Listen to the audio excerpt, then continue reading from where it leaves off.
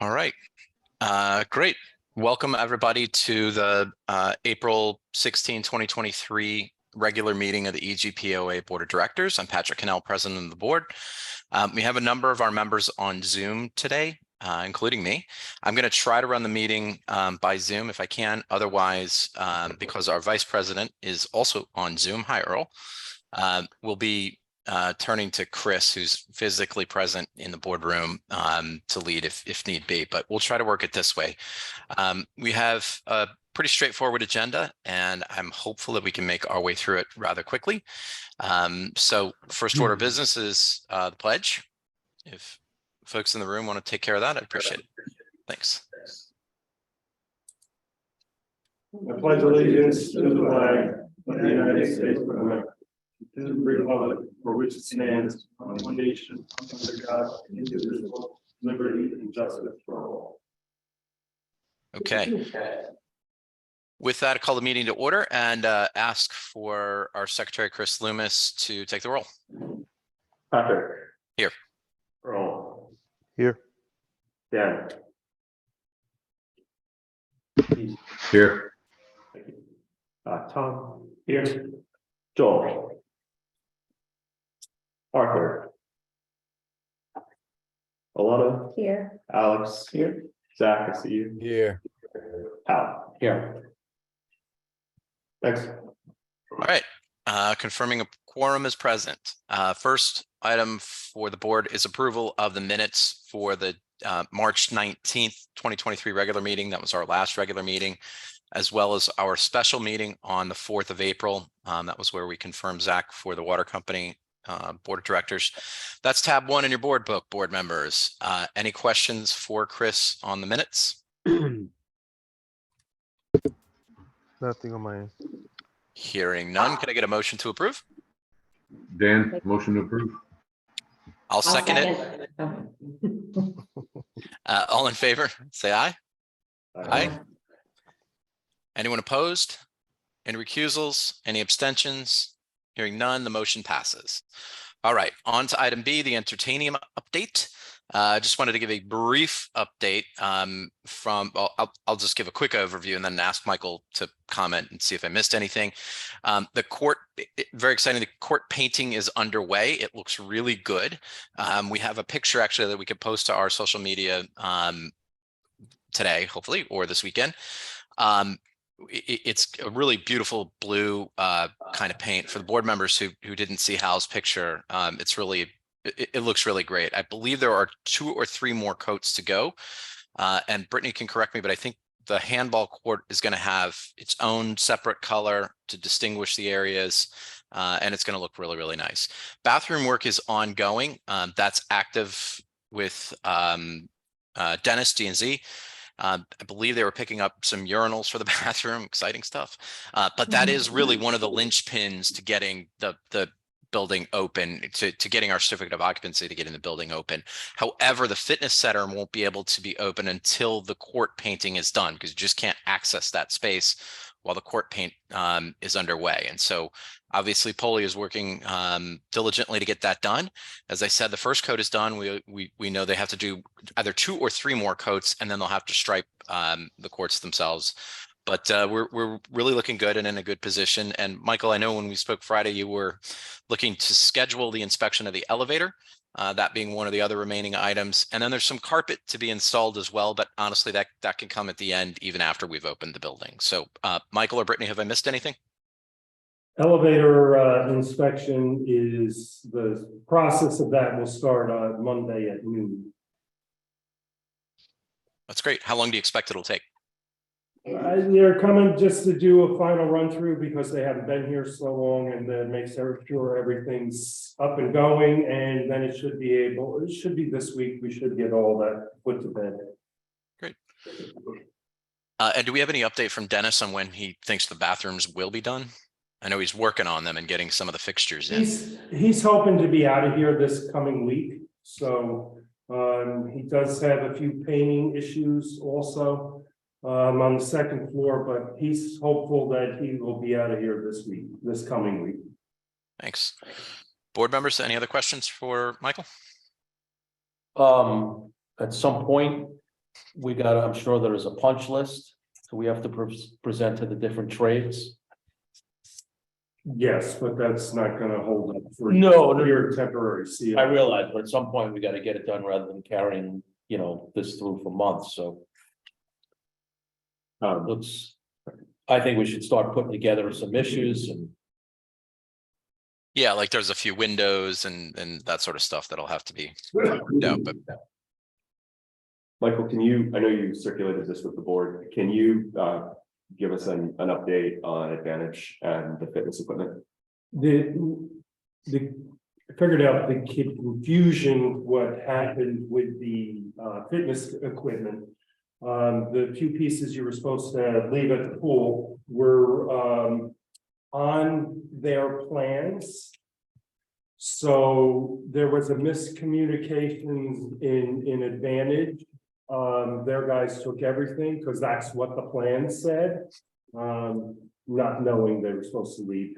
So the next time they're down through, they're gonna stop in and move those two pieces back over there. Do you have a sense of when that might be? I just spoke to him this week, Chris. He said the next thing, as soon as he's down through here. And to no cost to the community? No, Great. Good to hear. Thanks, we Michael. want to do that part of it. They would send somebody tomorrow. It'll be moved somewhere. With the painting the bathroom and the elevator, do we have a rough timeline when we think we'll be opening? May 15th. May 15th is, I think, the last email that went out. If we're before that, great, absolutely. Kudos to us, but that's right now, that's, I think, what the last email that went out to the community is. I just get asked every time I'm walking dogs or everyone stops, so I just want to have an answer, that's all. Not everybody gets the emails, Well, read the email and it'll give you that.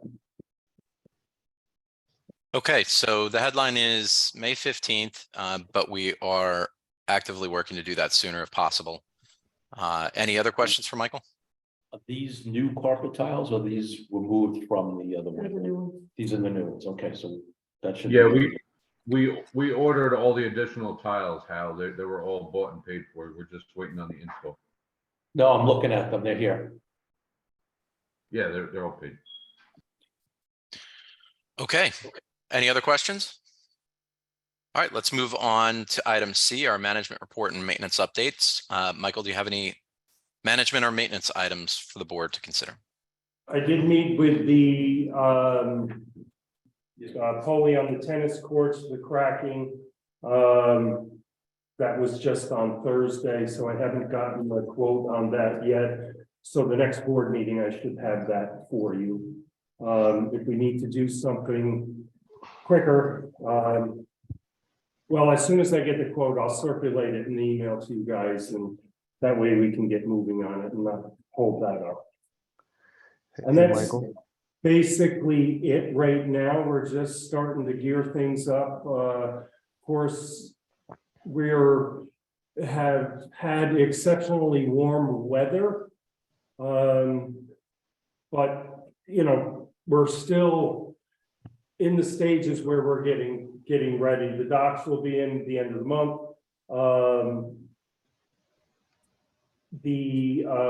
Ready for May 1st. So we're just getting started on our spring cleanup stuff. Is the lake level a concern? Since we had such a wild winter? Okay. No.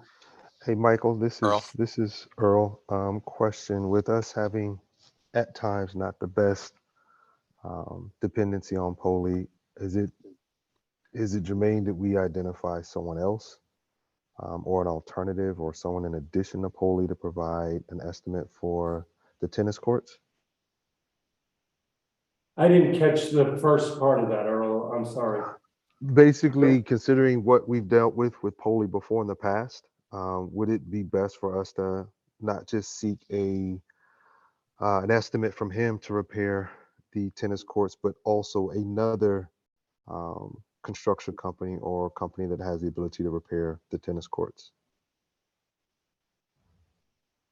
Sure, I could do that, look out, I think there's a company out of Albany that does it. Also, Thank you.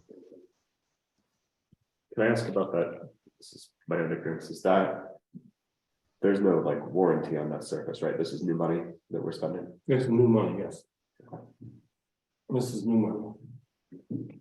They're not, that court, that's that court, they're not gonna warranty, nobody's gonna warranty anything on that court because they don't know what the base is underneath it, and that's what keeps happening, is the base is, probably not the best under there, and it causes those cracks.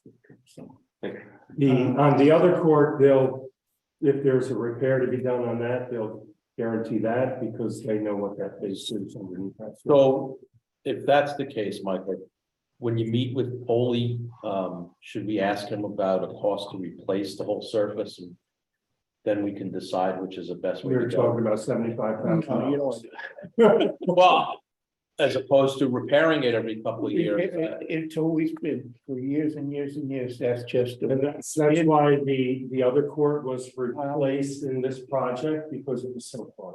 Right. I know that Earl came up with a suggestion identifying another, I wouldn't know Paulie if it came to the door and sat next to me, I don't know him. But I do know the name, the whole years that I've been here, been involved with this place. He's been the one who's been repairing. And I think we should stick to that. He knows what has to be done. You get a new company in here, they're gonna come in and the estimate's gonna knock your socks off. Because they're gonna come come in and. So I think we're just barking up the wrong tree, my opinion. No, I think that's 1,000% fair. I think for me, I only say that out of ignorance because for a minute there, we couldn't find Polly and we were trying to get things squared away with the Unitarian. So I that's all I was saying. I think if we can have someone who's consistently been there that knows the board, knows a community, knows pretty much everything that's happened. I think, of course, we stay there, but we also need to think about, we just went through this. We couldn't find him. So, I mean, that's the only thing I want us to take consideration, but I think you're spot on, bro. Well, and some of that has to do with our timeline. When we were ready to do things, they had already taken on, and I'm not quite sure what we're talking about, but there's different timelines that were involved in that too, Earl. Okay. So, I'll reach out. I'll reach out to the company in Albany and just see if we can get a price when they're going to come Yeah, down. let's not belabor it. Let's go ahead and move on. Thank you, Yeah. though, Michael. I appreciate it. Michael, anything else? Thank you. No, I see you got pool opening underneath me. You want to get right into that? Yeah. Talking about the nicer weather. Yeah, I think it makes sense for us to not wait until May, till our May meeting to set this date. Full disclosure, I talked with Michael about this on Friday. We looked at the calendar a little bit. There's the challenge between how soon can you open it and how much does it cost to heat it. One option we talked about was, can open it anytime really, and then just not heat it. But I don't think that's optimal or something that the community would really enjoy. So we were trying to find the sort of sweet spot and came to June 10th, the weekend of June 10th, as what looks like a pretty reasonable, it's close to Memorial Day, but it's not, not right at Memorial Day. It's certainly earlier than it has been open in prior years, which I think was a goal of our board, while still being cost conscious. So I'm going to throw that out for discussion and see if everyone can agree that that would be a good date for the pool opening. If anybody has a problem with it. I'm in favor. The only thing I'd like to add to that, Patrick, is just, we don't know what's under the cover until we get it off. That's, once again, we've been warned, but are scheduled to do that, the first part of May. So, as soon as the pool company gets here, get it off, I can give you guys a definite answer on when we could, but not foreseeing any problems underneath the cover, we should be able to hit that target date. Okay. And Chris, I don't mean to steal your question if you were going to ask this, but is there any Is there any wisdom to an opening where you have it open, say, I don't know, Friday, Saturday, and Sunday, when you would have folks who are off of work and have a little bit of a busier time earlier in the season versus later? I don't know whether that would make sense for us, and there's a cost issue to look at. The pool, once the pool gets up and running in the beginning of May, next week is, or even this week now, we'll start running the equipment to get the chemicals circulated around and through there. Once the pool is full of water and running, it's running, so. The cost is there. The cost is there to run the pumps, the filters, the system. In the past, it was driven by lifeguards. Right. We don't use lifeguards anymore, so it's a swim at your own risk. So the benefits of opening on Saturday and Sunday, you could open all week. Your cost is going to be heating it. We could initially heat the pool up in the very beginning. Shut the heaters off or temper them back. And not get to that, 90-degree mark that people like. Well, it doesn't have to be 90, but considering the age of our community, Remember, I for one, if it's not in the 80s, I'm not tipping. You understand? And I think there's a lot of people here that, so this is something that when we did our budget, we really messed up. Taking away monies from, and it's gonna cost money to heat the pool. If you don't heat the pool, I doubt it, the only ones that are gonna be in the pool are kids, because they don't care. That's all I can say. Can I just ask, do Say, you have a sense, so there's really, if we're shooting for a full opening on the weekend of June 10th, what we're really talking about is 2 weekends before that, the weekend of June 3rd and then Memorial Day weekend, pending nice weather. Do you have a sense of, so if we were to pursue the weekend plan, what we're really talking about is 4 to 6 days of heating the pool. Friday, or maybe 7 days if we do the Friday of Memorial Day through the Monday of Memorial Day, and then Friday, Saturday, Sunday of the first week of June. it's gonna cost you more money. Yeah. Do you have a sense of how much? No, because what you're doing is you're bringing it up and down, up and down, up and down. Even the concept of opening just on the weekends, you still have to heat it during the week in order to use it on the weekends. So have we ever looked into, like running, let's say 85 degrees, 7 days a week, what it would cost? If it's a steady, rather than up and down and. Well, not once about the pool's 85. open, it's a steady. Do you have your right manager? It's a steady, once it's open, it's a, what do you? I would say it's probably $1,000 a week, $1,500 a week to heat it in the summertime. Probably. And we hold community questions. So Just from someone who's used every Memorial Day weekend for the last 10 years that I've been here, nobody minds going to the lake Memorial Day weekend. It's actually an enjoyable thing to it's the start of the season. I don't think people will mind using the lake versus the pool, and then you're not assuming those costs and you get a little bit more. I'm with you. Yeah. I'll agree with As much as I wish we could open it up. It's it's not, just- I don't, it's a big deal one way or the other. People are kind of used to using the lake as we use the lake on Friday. It's fine. I mean, in the past, it usually was before the new, it was Father's Day weekend or Yes. the weekend after, because it was always driven by lifeguards. You Yeah. needed lifeguards to open the pool at that time. It's about $1,300. A week. So we did look at this at the end of the last season, if we remember, it was about $1,000 to $1,200 a week running the propane. I guess if you just put that into perspective, you'd be looking at what, maybe $2,500 to open the pool by Memorial Day, if that turnaround could even happen, versus the 10th. Yeah, and I would throw out there, Michael, you can correct me if I'm wrong. I would throw out there, it's probably a little bit more if you're gonna open it up that time of year, because the air temps are cooler, especially at night. So the heaters are gonna be working harder. Listen, guys, we don't, I think you ought to stick with the 10th. Yeah. It would be Yeah. nice. Unfortunately, your budget is too close to be chancing it. Yeah, and I think the 10th is a good compromise, you know, we wish we could do it Memorial Day weekend, you can't around here.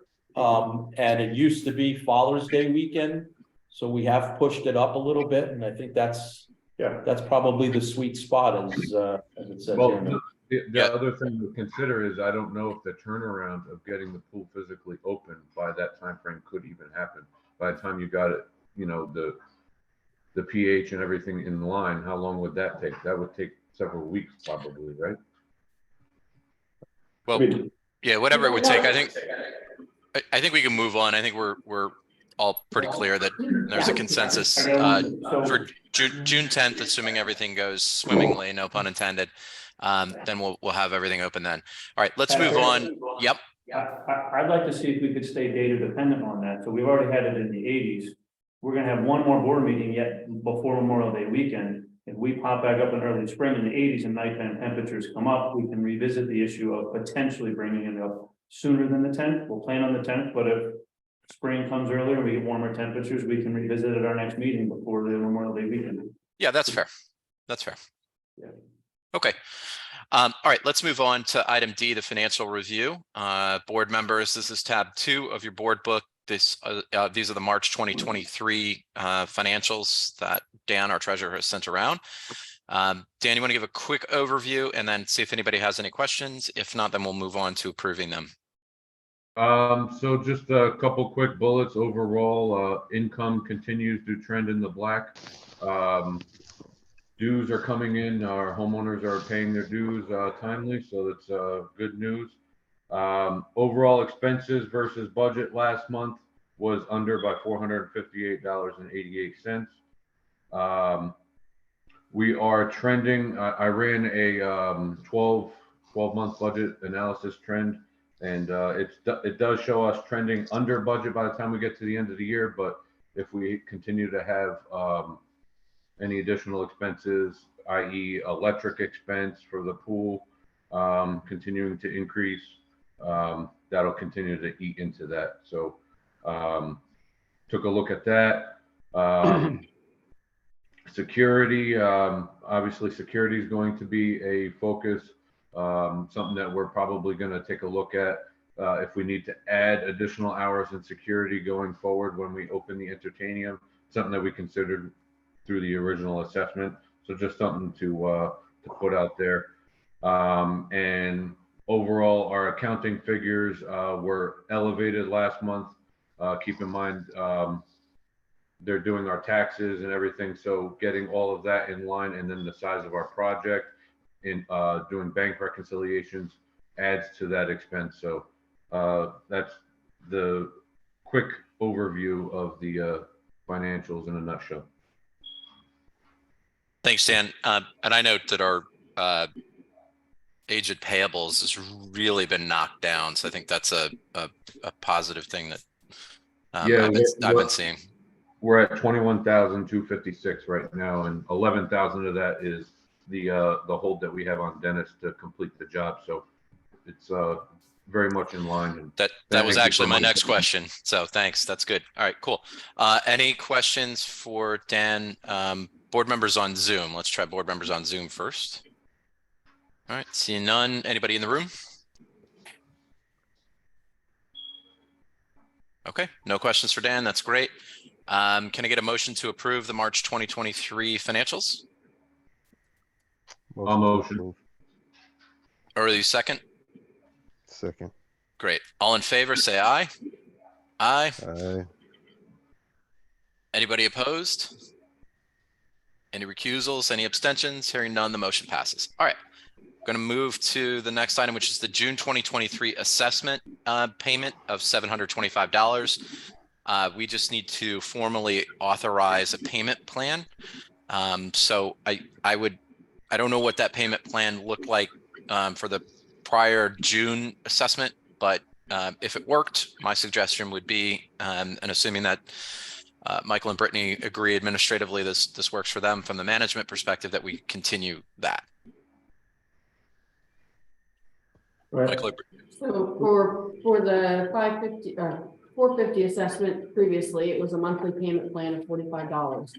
I think it was like I can tell you, there was a $5 or a $7 service fee on top of that. Okay. So. And do we have could a, adjust the do we have a price. sense historically of how many members opted for that? I would say about 100 people. Okay, pretty significant.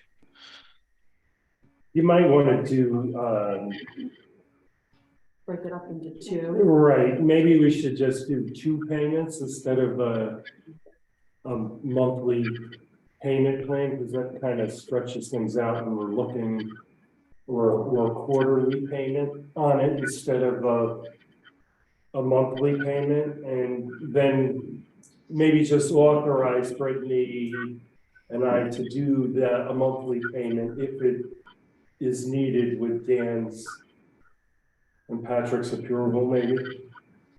Take it on a case by case basis, standardize it at 2 payments, and then if it's a need, utilize your discretion. Quarterly would bring it down to like just under 200 per payment. That's thinking about managing, I mean, members who are trying to pay, but just managing bigger payments. 200 is 200 on quarterly. Does that work for y'all? That works for, I mean, These are the association is the one that needs it. I mean, that states with some interest in. Yeah, but the concern is that it works for the office staff, and Right. I think quarterly is easier to manage than. It's all just clicks the buttons now, so whatever you want to do. All right, well, I think that's a reasonable plan. I think, if somebody has an extenuating circumstance, they should come talk to Brittany or Michael. Otherwise, it should be, full payment or quarterly. And then What also, we're saying is we're giving them the power to say to the person, oh, these persons that cannot afford to do it quarterly, it'd be not afford, but maybe it'd be easier for them to pay every month Mhm. to go ahead and, Yeah. because if we're doing this, we might as well. Yeah, but I think, we should also inform the community that, quarterly stretches it out, and then it's gonna overlap with your annual dues, More stress in the office and, or you might have to hire somebody else. We do have, we do it with the water company on payment plans. We do have, a finance statement they have to give us of what their bills are.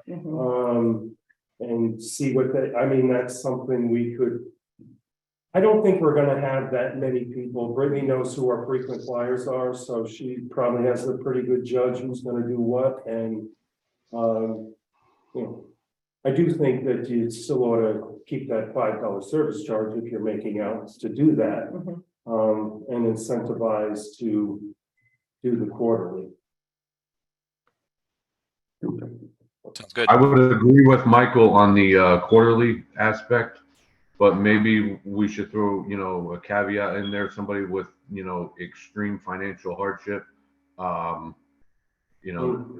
To partner with Michael and the staff if there was anything else. I'll make a motion to approve quarterly payment plans, giving Dan and Michael the discretion to work together to the office to work together with Dan to approve other payment plans for homeowners in particular need, with understanding there'll be a nominal service charge. Great. All those in favor? Aye, perfect, Aye. great, Is thank that you, gonna Chris. be a formal notification to the community through that? How is that gonna happen? Well, we'll, this was moved to July, wasn't it, Brett? June, so May 1st, we'll be billing for it. Just Sending Was with a notification on. Let them come to the office, because otherwise they're gonna. That letter to well, it'll come out after this meeting. I think it's helpful to attach it to the minutes, just for people when they look back. So maybe we'll do that next time. Yeah. all right, just to close out, Perfect. sorry, just to close out the vote though, is anyone opposed? Any recusals or abstentions? All right, the motion passes. Okay. let's go on to our next item, item E, our water company update. Alan, if you're in the audience, thank you. And I apologize, I forgot to send an email actually inviting you. If you're not, then that's on me. We're always here. Thanks, man. Just wanted to first thank the board for moving along and filling the vacant seat that was open. We look forward to working with Zach and moving forward. Just a couple of things. One, just there was something on Facebook recently about the Red House being sold. I don't know where this stuff comes from, but the Red House has not been sold. We're in a process of moving that along, but we definitely have not sold the Red House as far as anybody on the board or in the office knows anyhow. But yeah, hasn't happened. The only other thing really to discuss is, and we've discussed it in the past, our meters have always been 2G and they've been converted to 5G.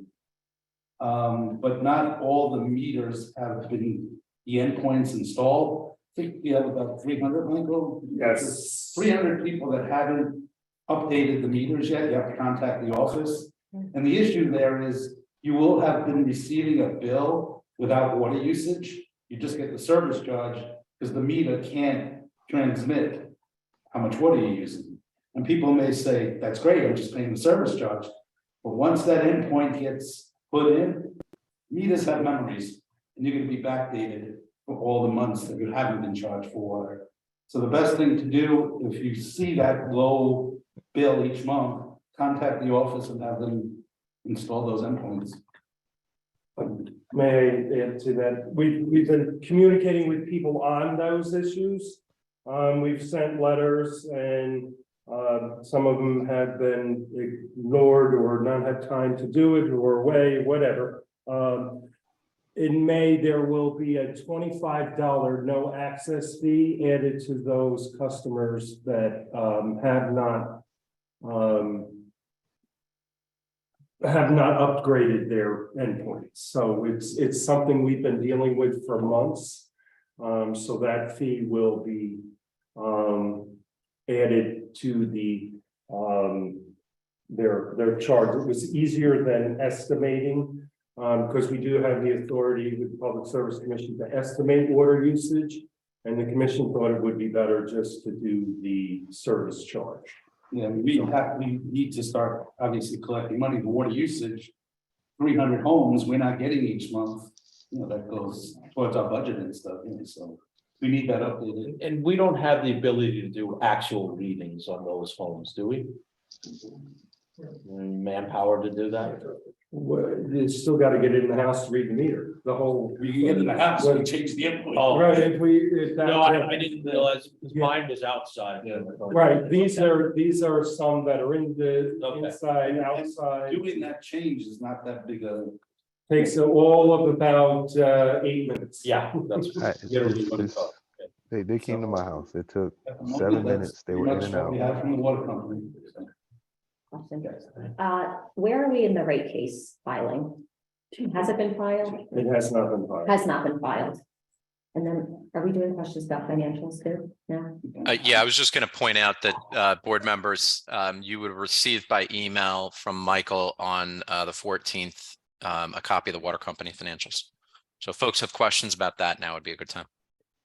I just have an information question. Mhm.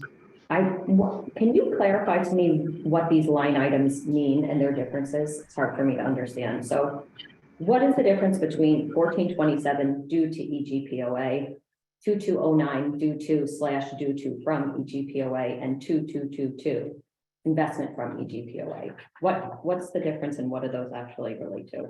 The due from is basically, and of course, I don't have it in front of me. Here, So I got let it. me look at, I don't want to quote wrong. This 1427, 2209, and then 22. Oh, this is on the balance sheet. The due from is basically,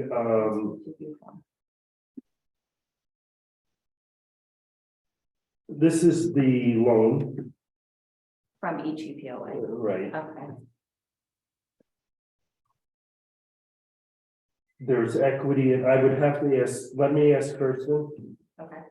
and I'll get you the answers on that. That's an accountant thing, that's on the balance sheet. If you're on the P and L, that goes back years and years and years, so it's.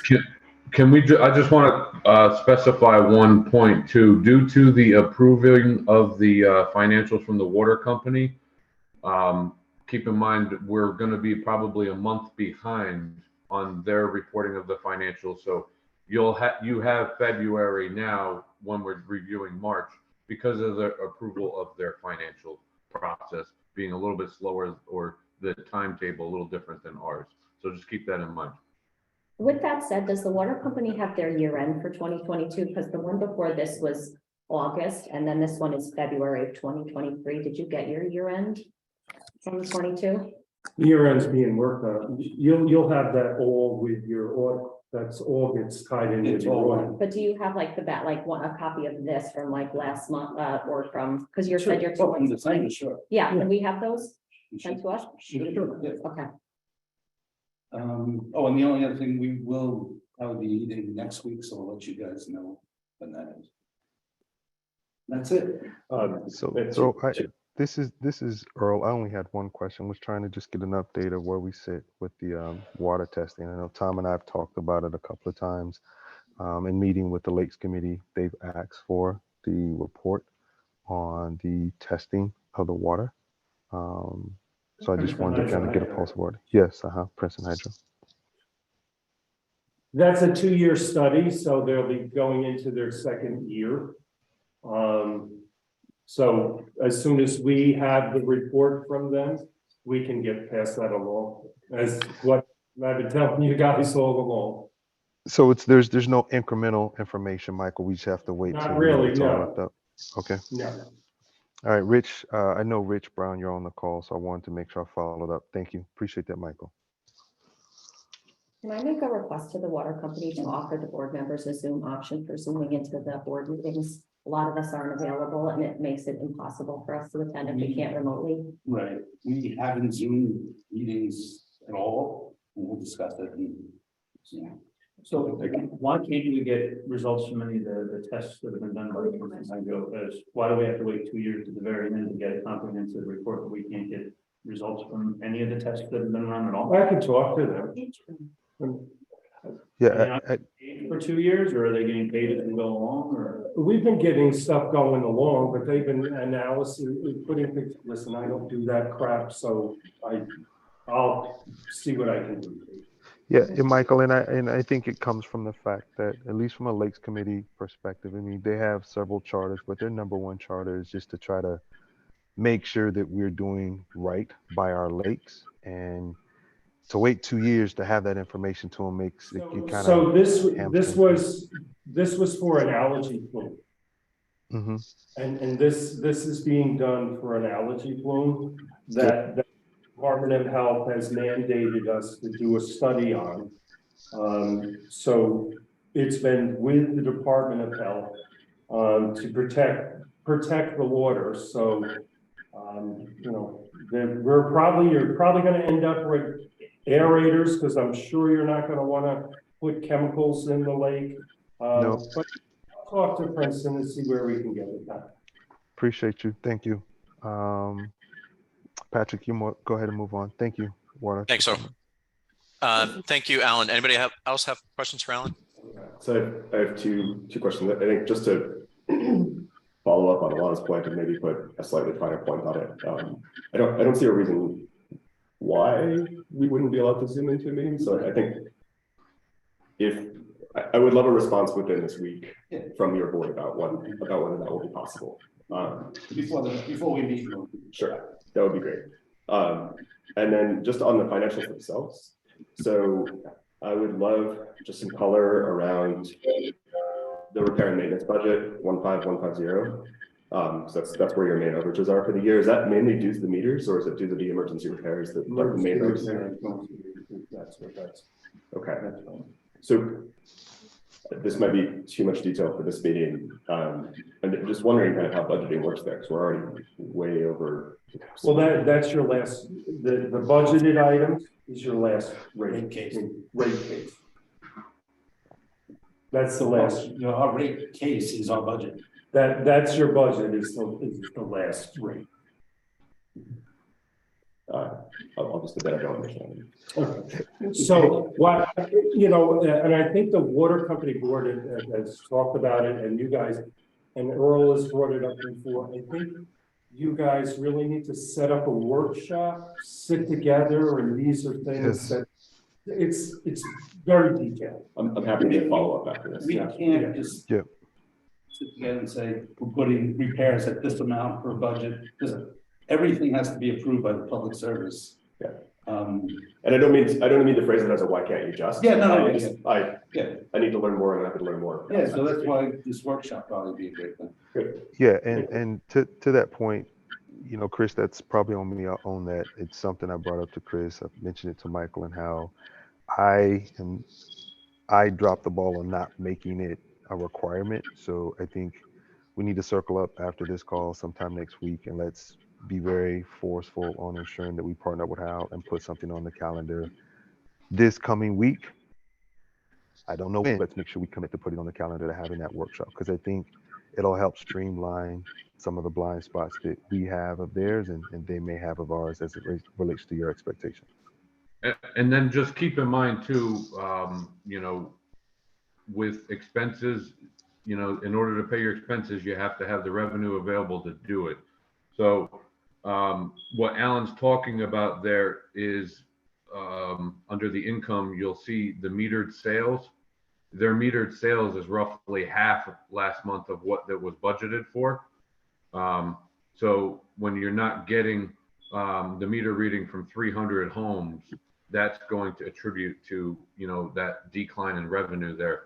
So just something I wanted to point out, if there was something that we could do, maybe, I know that we talked about the $25 service entry, but maybe there's something else more that we can do or look forward or look into doing, because when you're seeing, almost a 50% drop on that, something we should possibly look into considering. I'll piggyback off of that. For someone who dropped in, they came in, put the 3G, the 5G in. Literally, I found out that I hadn't been paying, and I owed right at $350. I paid it. That's one house with $350 that hadn't been acknowledged based off of not having the ability to read the meter. I assume the public service has capped what we can charge, but I'm 1,000% on board with Dan. That's not going to deter the 300 plus people, or at least encourage them to get the 5G sensor put in $25 a month. We may need to find a way to try to encourage in some subtly forceful way an action, because I don't think $25 service fee is going to drive a different behavior. And we owe it to the water department to push the note as far as possible, but within the context of the public service department. And thank you, Alan and Bob, for being there to support us. I'd like to circle back a little bit on Princeton Hydro. How often do they collect samples? Is it at request? Do they do it on a cycle? It was on a monthly plan. So it's on a monthly plan? So I know we talked about maybe not playing pool and everybody's gonna be coming into the lake. So when we hit the 80 degrees, there was quite a few homeowners that I spoke with, came to me and said, there's all the slime, there's the stuff coming in. Is this that stuff that we're worried about? So is it on, if it's not on call, so if we're not gonna have a pool, to basically ease the concerns of a lot of members that come through and say, hey, can I take my kids, my dog in the lake, is that okay? To get some sort of results for springtime and say, hey, it is okay Memorial Day weekend, take your kids, go in the lake, just to ease those people's minds to get those results from Princeton Hydro. One thing just to, I guess piggyback what Earl said, $25 or whatever. If we charge that $25, 300 homes, several $1,000s, and that doesn't relieve the people from still owing once that eventually is put on, so like, It's not the answer, the $25, but. No, it's definitely gonna help, I think, Alan, but I was just looking for something a little more substantial to get. I mean, we just gotta figure out what that is. I mean, maybe a lot of emails just going out and just reminding people. I mean, they're gonna have to pay sooner or later. so- Yeah, and that's my concern, that, you know, you're gonna have some of these 300+ people. All of a sudden getting a bill for $300-400, and then they're gonna say, I can't afford this. You're gonna have to They- pay. The good thing about that is, No, I think they have no choice, but can I interrupt you? The good thing about it is when they don't pay, they'll pay because they'll get shut off. We have to give them ample notice of what we're doing. It's not our doing. They put the endpoint in, the whole thing is over. no, I realize, I just want people to be aware that you're gonna get hit with this bill at some point. Don't keep stretching it out. That's. Yeah, my I point. think they are aware. I was aware. They tried to come to me twice and I just didn't make the time. The moment I made the time, I was given advance notice. I mean, Valerie's been great. So they are aware. There's no reason no one wouldn't be aware. And also we've been notified via email. So everyone's aware. I do know real quick, Patrick and Brittany, are we taking calls from residents, or are we going to wait till we get further on in the agenda? We're gonna wait. I do see, Rich, I do see you Rich, okay. strenuously shaking your head in disagreement with Earl's point that people are aware. So I take that as a point that perhaps people aren't aware, and we should really think about what we can do to support the water company board to notify those homeowners. Letters may maybe people aren't even seeing them. I don't know. Maybe they're not getting their mail because it's delivered here and they're gone for the season. Yeah. I On the think bill. I think we need to, I think whether it's on the bill, whether we publicize it on social media and email, every which way possible, but let's put our collective heads together and think about that, especially when we do get together with the water company board to workshop through this. It's an important point. Dan raised it, and you're just missing out on boatloads of revenue. While you're going to get it eventually, why not get it now? So let's see what we can do to help. I want to move the discussion along. Does anybody have anything else for Alan or for the water company? Okay, hearing none. Thank you, Alan. We appreciate your time. We're going to move on to item F, our committee reports. And first up is the Lakes Committee. So Tom or Rich, more likely Rich, want to unmute and let us know what's going on. First, I would like to raise an issue with the question about getting reports from Princeton Hydro and the perspective that it's a 2-year program. The condition of the water is subject to change month to month based upon temperature and other environmental factors. And Princeton Hydro gave us the information that they are gathering. We could kind of set up a calendar and identify where things are in different stages, and then the following year match them and see if this is a condition that we can follow or trace patterns with. Our problem is Princeton Hydro was hired by the water company through the state, and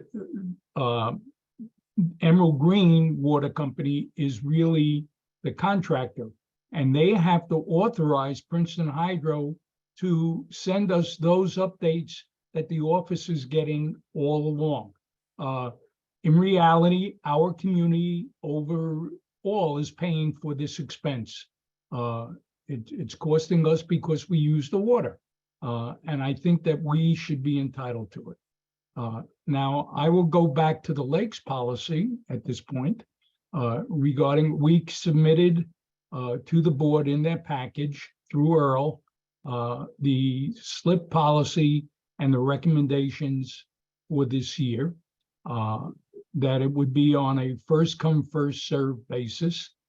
And the specifics of which would be that you have to register in that order, and you can represent yourself by a member in good standing via a proxy.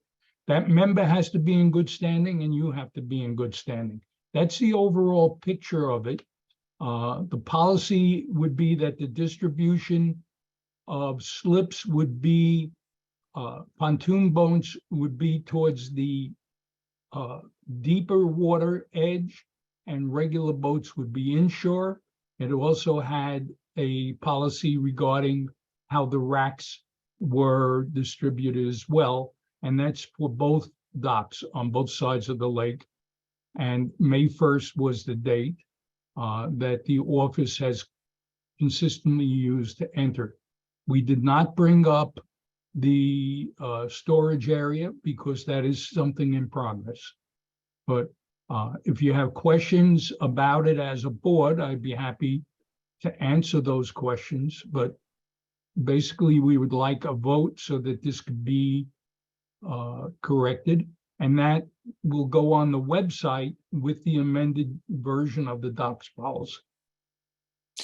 Can I just get a clarification as to what the previous policy was and what the desire of change we're requesting is? Just Okay, the previous policy was very similar. There is some verbiage that clarifies the issues now. Previous policy on the website said pontoon boats were not allowed. However, for the past 7 years, they have been accepted. So that's been amended to give every type of boat its character. We gave size and shape of boats and where they would be located. And the fact that a proxy would have to be listed. In addition to that, a very important feature is if there are an inadequate number of slips available, if the people came in on a timely manner in the first week and submitted their application, and they did not receive a slip this year, they would become first up for a slip the following year. That's where the changes lie, so that everybody in the community had an equitable opportunity to have a slip until we can figure long-term planning for financing and goals. It is up to the board to set the price structure because we don't control financials, and the board would have to determine through long-term planning if they were going to build the reserve for that. That's something I had discussed with you, Dan, and you did not want to slap on any additional charges. Yeah, so just pardon my ignorance. If somebody wanted to put in a boat last year, what was the process for them putting the boat at the dock? They'd go into the office and make the application, but we had no controls for the following year and an assurance that they would get in. And technically, we had no control on who would represent them if they could not make it, like the people who were out of the state or on vacation or were ill and could not come in themselves. So Dan, there's 3 major differences. I appreciate Rich, Marcy, she weighed in, and Dan, and we took the time. We had everybody on our committee weigh in. Yeah. Alana chimed in, Joel was on the call. We took the time last week, week before last, and really wanted to solution out a modified boat policy that took consideration some of the nuances that Rich brought to you. It was sent over to me. I reviewed it with Rich again. It's in line. They made the modification. In addition, they included a proxy document. I sent it out to the board on Friday. I see no issue with it. It's exactly what it should be, and that is a maturing boat policy to reflect the needs of the community. Now we just need to approve it and get that to Michael as soon as possible so they can get aligned with it within the management office and ensure it gets out to the community, specifically put on the website. All right, For so this year? yeah, so Yeah. I think that's what the proposal is for this year, and I'll just jump in with sort of my thoughts, which is that I'm uncomfortable voting on this. I think right now, I just haven't had a chance to really review it, think about it, but I'm also mindful of the fact that, you know, May 1st is right around the corner. And I don't know if we were to adopt this for this year, whether we really have given folks as a practical matter, a sufficient amount of time to prepare for a new change or a new policy. Unless what you're telling me is that, you know, this really isn't much of a change, but it does seem to be kind of a different way of doing this. But I'm willing to hear what other folks have to say. I'm just sort of uncomfortable with where Patrick, it's coming in now. if I may, Yeah. I want to thank Rich and his committee for getting this work done. And I should have said that at the outset as well. The Lakes Committee's worked hard on this, I know, so I don't mean to poo-poo I it that don't way. think, I really don't think there's much of a change. The process to Not. get a boat slip this season remains the same. You have to be here or now outlined who can represent you May 1st in order to get that boat slip. That remains the same. The major difference is moving forward, if you miss out on a boat slip this year, that you'll be first in line for a slip for next season. I think that's the major difference. The process to get a slip this season remains the same.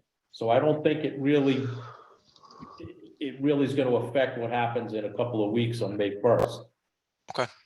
The only question I had for you, Rich, $50 for the rack. So myself, I don't use a rack during the summer, but I did use it this winter. Is that cover for the full year or is that only for the summer months? Oh, well, that has to do with the storage decisions. Yeah, so the price point, the pricing, none of that changed. There was only three things that changed, and it really wasn't three things that changed, to your point, Hal.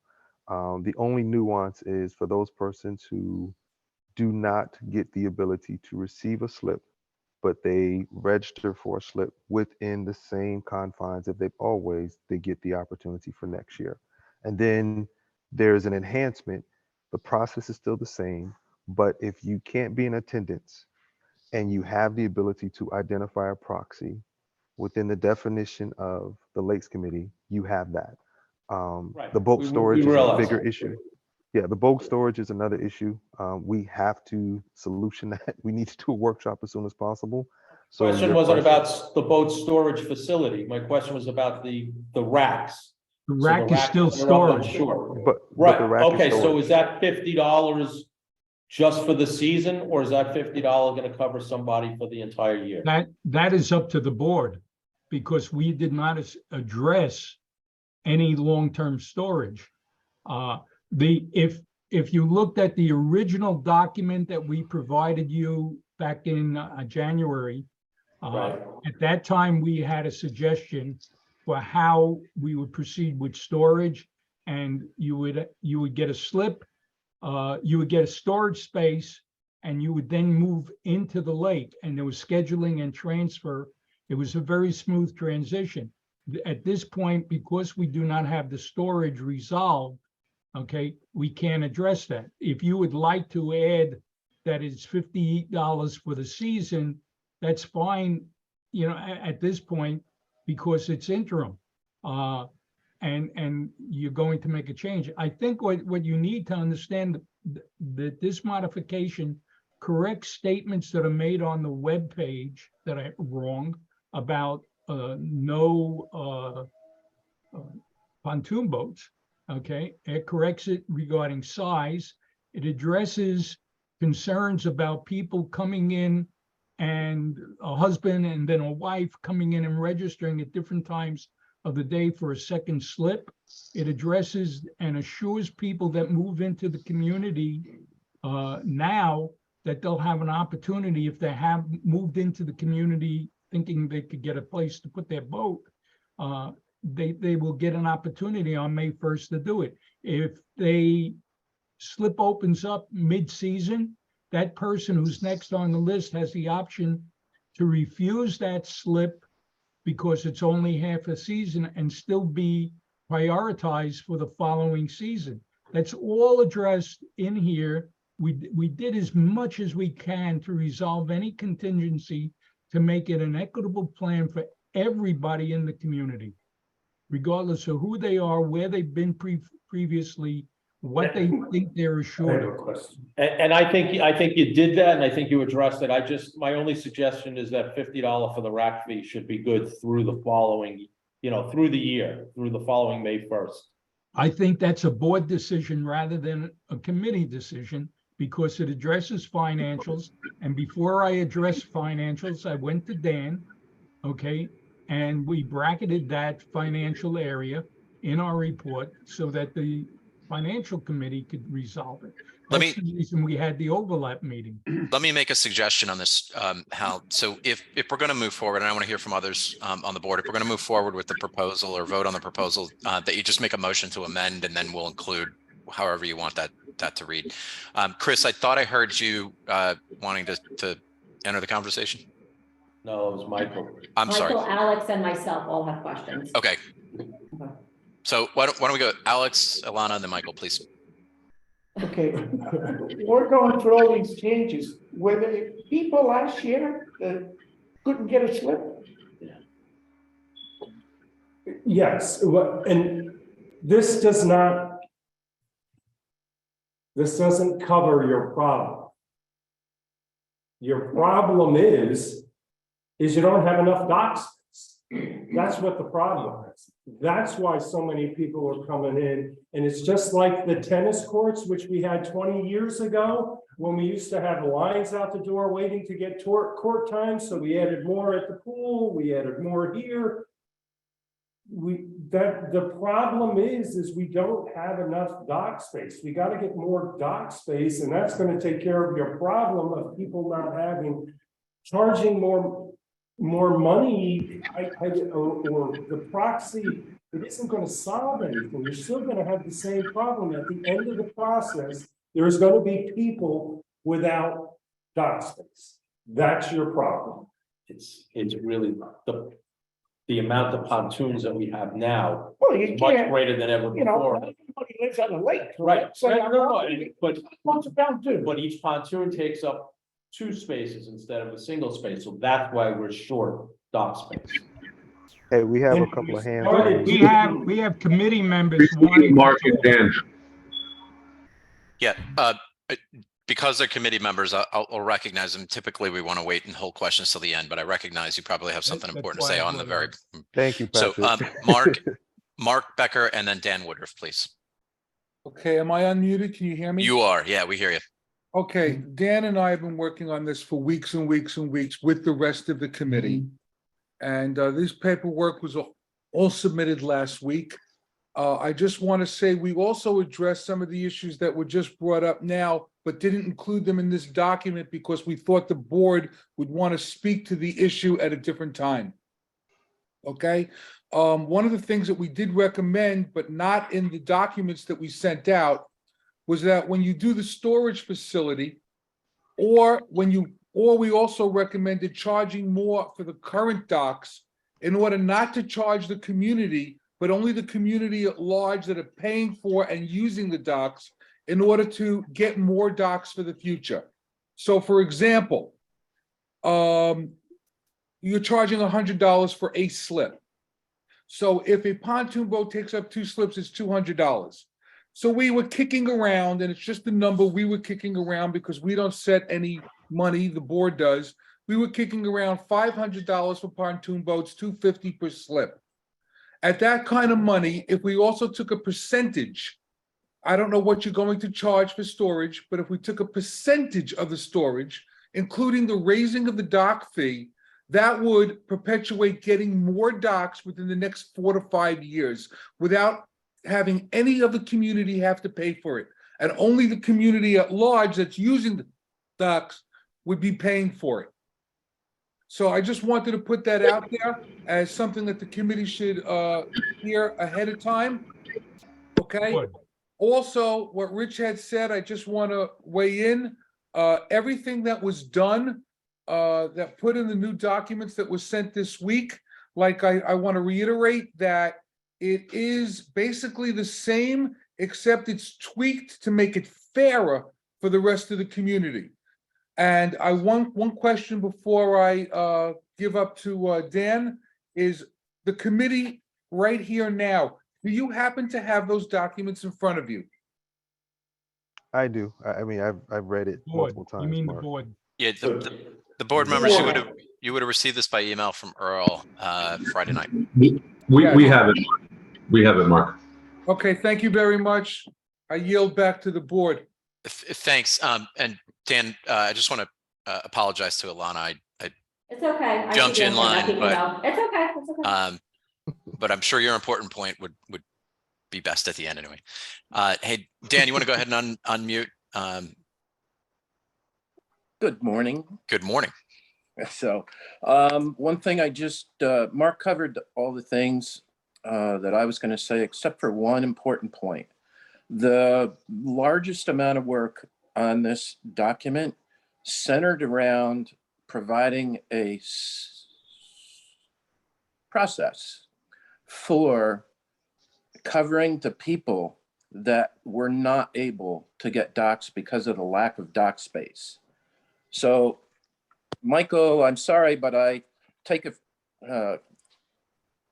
don't agree with your statement that this document does not cover, quote unquote, that issue of, because that is really the big main hours of discussion and tweaking to cover that with the introduction of the proxy process. And I'm sure Earl will agree that this is the what we came up with as the most fair way to handle it until we can somehow raise some funds, i.e. through the raising of the dock fees to extend the docks. I think that's what Michael was saying, that the overriding problem is just a lack of dock space. Right, and Hal, with all due respect, that's something that we cannot address right now. It's That's not what Michael was saying. originally. Originally, we could not. It's not our right now to address the issue with the money, because that has to be done through a different method. But I wanted to make sure that everybody was clear on that we have addressed to the best of our ability with today's finances and processes, made it as fair as possible. I don't think it was a critique. It was just a statement of fact that, you know, long-term planning and the Lakes Committee, everybody's got to figure out how to add dock space. It was not a critique, Hal. It was merely clarifying. My statement is clarifying anybody that might have been confused by the way Michael stated his statement. And Okay, that's all. I think we got it. So thanks, Dan. I'm going to Yep. recognize Ilana and then Michael, and then Dan has raised his hand. So Ilana, Michael, then Dan. Can you clarify whether this is a change? Because I have the old policy. It's related to the racks and the addition of the word kayaks. In the past, kayaks have never been charged because there's not really a system on the racks. People just kind of throw them and they put them down. Did you include the kayaks? Because under the old boat policy, it does not have it. Let me clarify. Okay, any boat or the thing that goes on the water, okay, is basically listed specifically. But anything that we store has to have an emerald green sticker, has to be registered in the community, and then has to pay the fee. All right? Currently, right now, kayak homeowners do not pay a fee. People who have kayaks over on the slips don't. Well, then they cannot keep their kayak on a rack, because in the future, there are specific kayak. They're registered. No, Richard, they're registered, but they don't, we have not been charging them. So Well, that's part of the policy.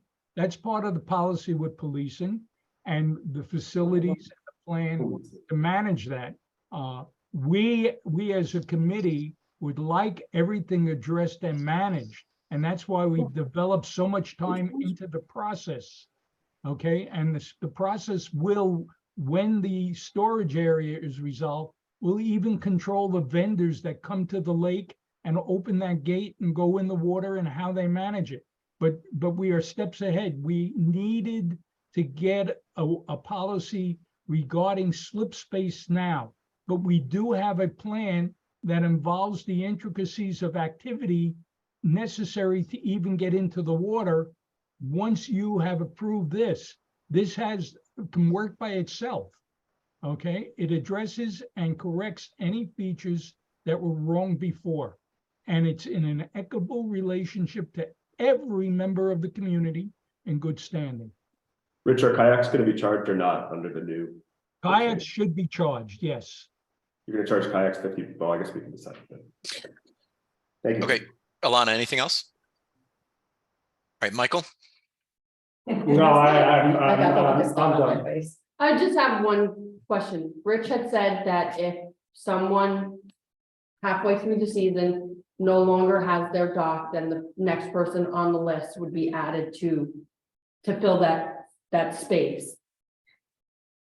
But if, I'm just gonna use Chris as an example because he's sitting next to me, if Chris paid $100 to rent that boat slip for the season, that slip would be his season, regardless if his boat's in it or not.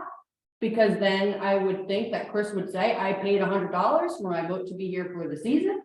If you're gonna put someone else in that spot for me, then reimburse me back $50, $25, $75, however much money, and then Alana can go fill Chris's slot. Is that Brittany speaking?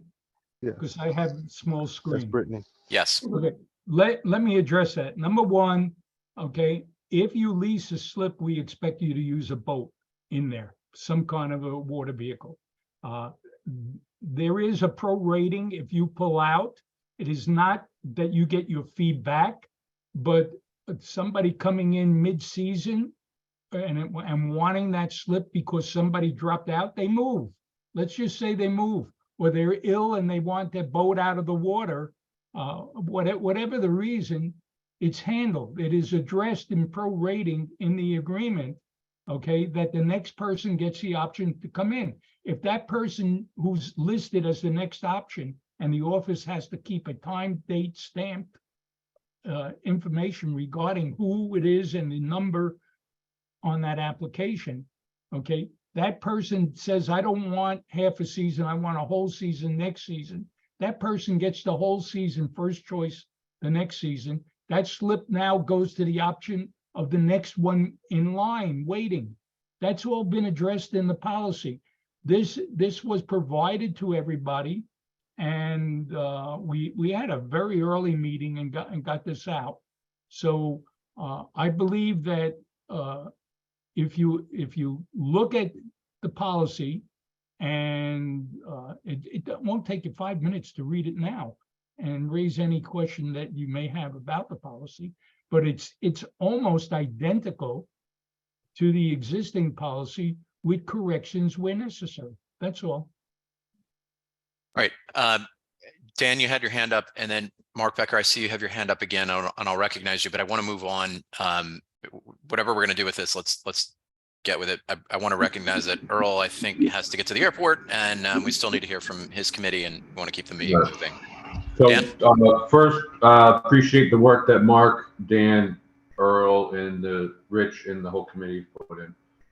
Question: we're getting, over 700 homes. If we're talking about fairness, and I understand that we're looking to define processes here, we at some point would have to define what is the total dock spaces we're willing to allot for the lake.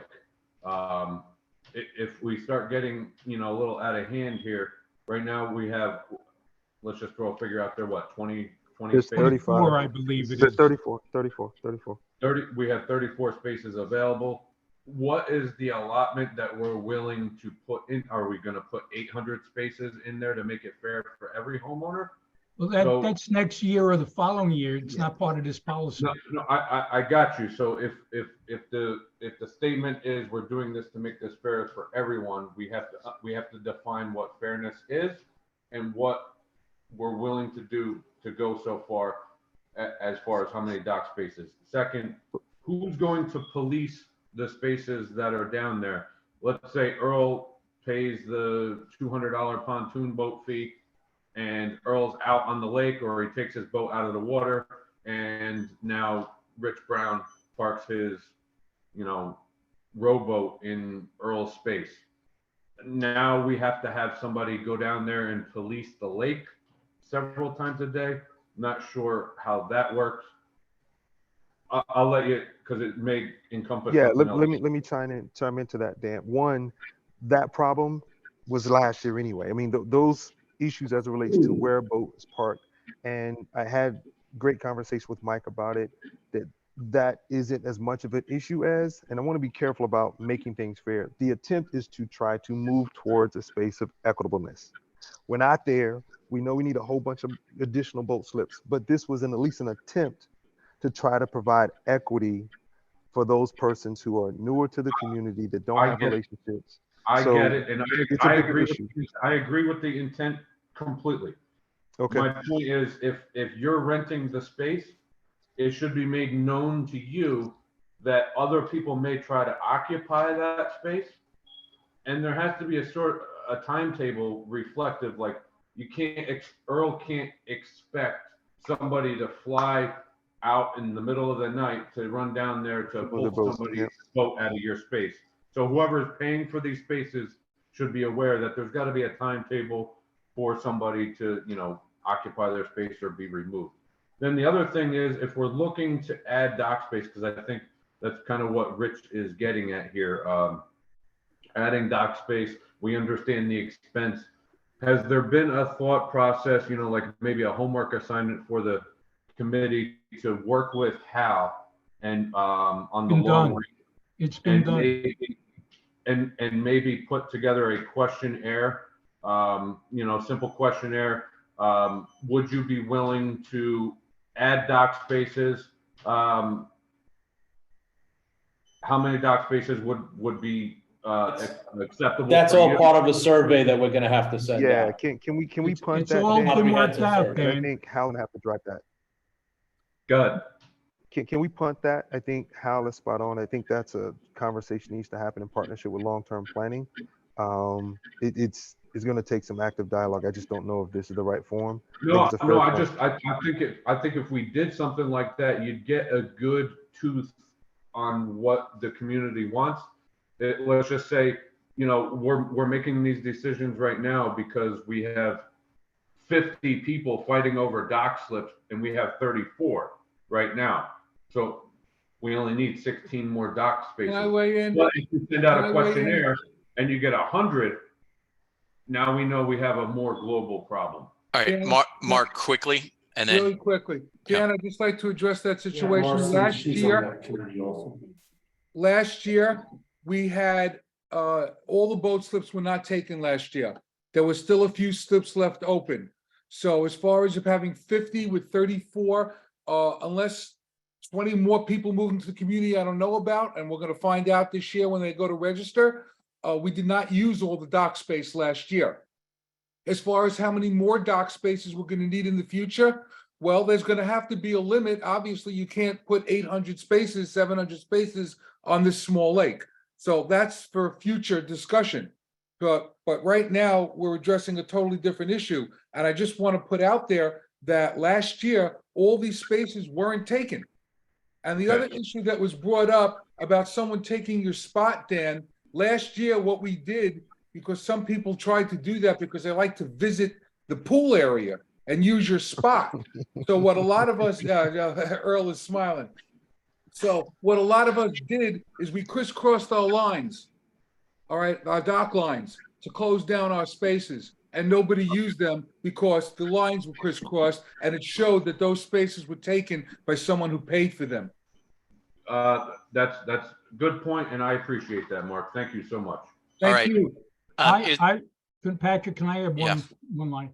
If everybody in the board would please go look at their January package, casually before the next meeting, you will see that we addressed everything, including surveys, sample survey questions, and it's just a matter of getting the information out and seeing that all this has been planned, but it's stages and it can't be implemented without other committees being involved. And we had a meeting recently of overlapping and we discussed some of this.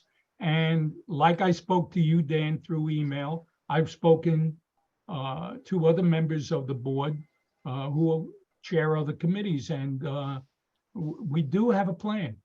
And I think you'll be happy with it in the long term. And board members, just what Rich was referencing, Ilana was kind enough to have circulated again by email. It's an email dated Saturday, April 1st. So with thanks to Ilana. Are there folks in the room, I just can't see, are there folks in the room who are members of the committee who wanted to quickly comment on this? Yes, thank you. So, Marcy. yeah, a couple of things.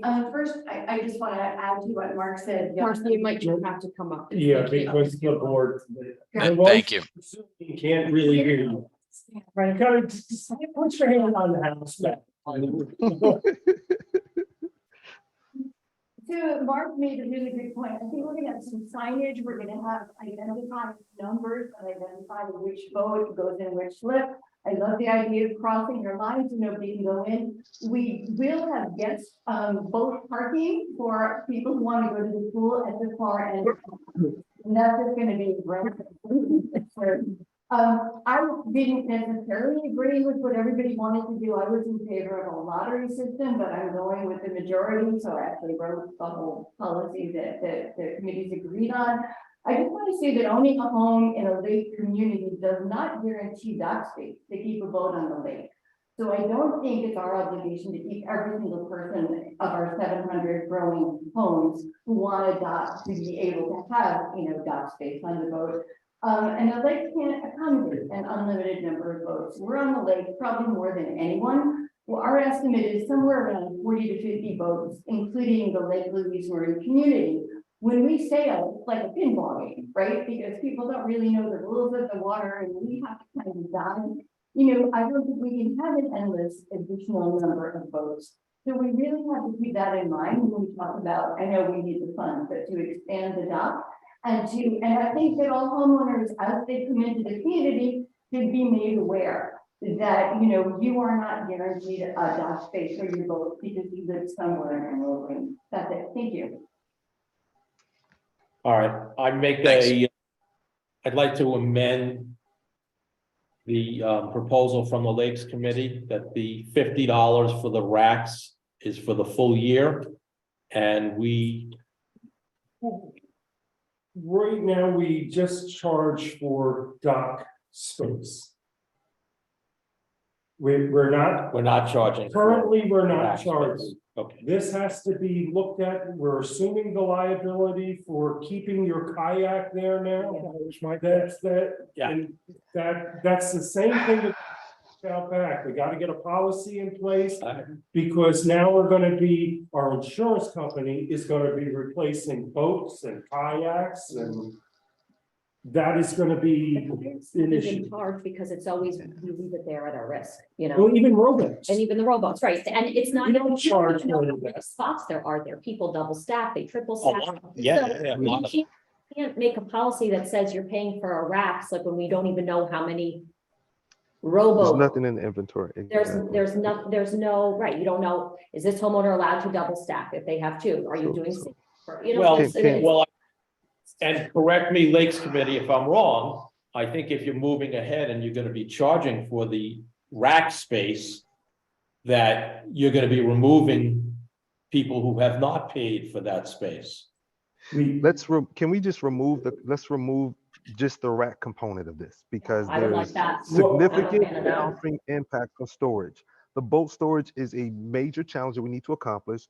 You're spot on how we can't have this conversation without addressing boat storage. So we need to remove the rack fee component of this policy. And let's just All keep it right, as it is. I'll second your proposed amendment. I didn't know that we were doing any. Okay. Vote on this proposal.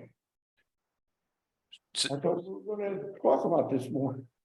I mean, what more is there to talk about? They only added one additional component, and that is something that wait list came for out of the next year. conversation with Rich, that if you sign up this year and you can't get it, you get into the line next year. As it relates to the proxy was a process that was already in place. They just wanted to formalize it. That's it. There are no new policies that impact the way last year's policy went, with the exception of a formalized proxy process, not my friend, but a formalized that this person has to live within the community. They have to be up on their duties.